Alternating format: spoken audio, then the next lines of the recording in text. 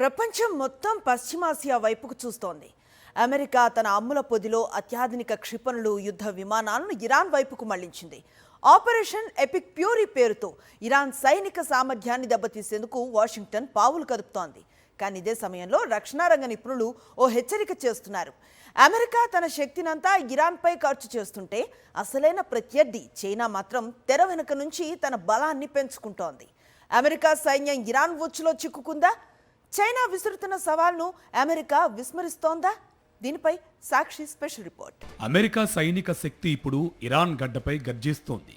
Tehran క్షిపణి వ్యవస్థలను, అణు కేంద్రాలను లక్ష్యంగా చేసుకుని అమెరికా, ఇజ్రాయిల్ దళాలు మెరుపు దాడులు చేస్తున్నాయి.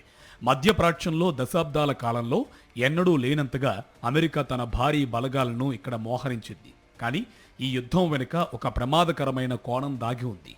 అమెరికా తన అత్యంత ఖరీదైన పేట్రియాట్ క్షిపణులు, F-35 విమానాలను ఇరాన్ కోసం వాడుతుంటే చైనా మాత్రం నిశ్శబ్దంగా ఇండో పసిఫిక్ రీజియన్లో తన ఆధిపత్యాన్ని స్థిరపరుచుకుంటుంది.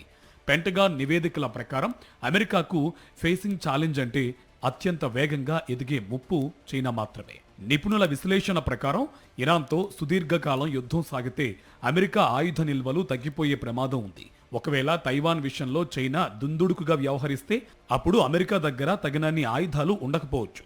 అంటే ఇరాన్ ఒక సెకండరీ థియేటర్ అయితే చైనా ఒక ఎగ్జిస్టెన్షియల్ థ్రెట్ లేదా ఉనికికే ముప్పుగా మారుతుంది. మరోవైపు చైనా తెలివిగా ఇరాన్కు ఆర్థికంగా, సాంకేతికంగా అండగా నిలుస్తోంది.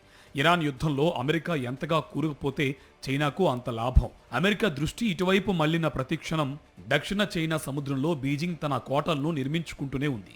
చరిత్రను గమనిస్తే అమెరికా గతంలో ఇరాక్, ఆఫ్ఘనిస్తాన్ యుద్ధాల్లో దశాబ్దాల పాటు ఉండిపోయి తన ఆర్థిక, సైనిక శక్తిని కోల్పోయింది.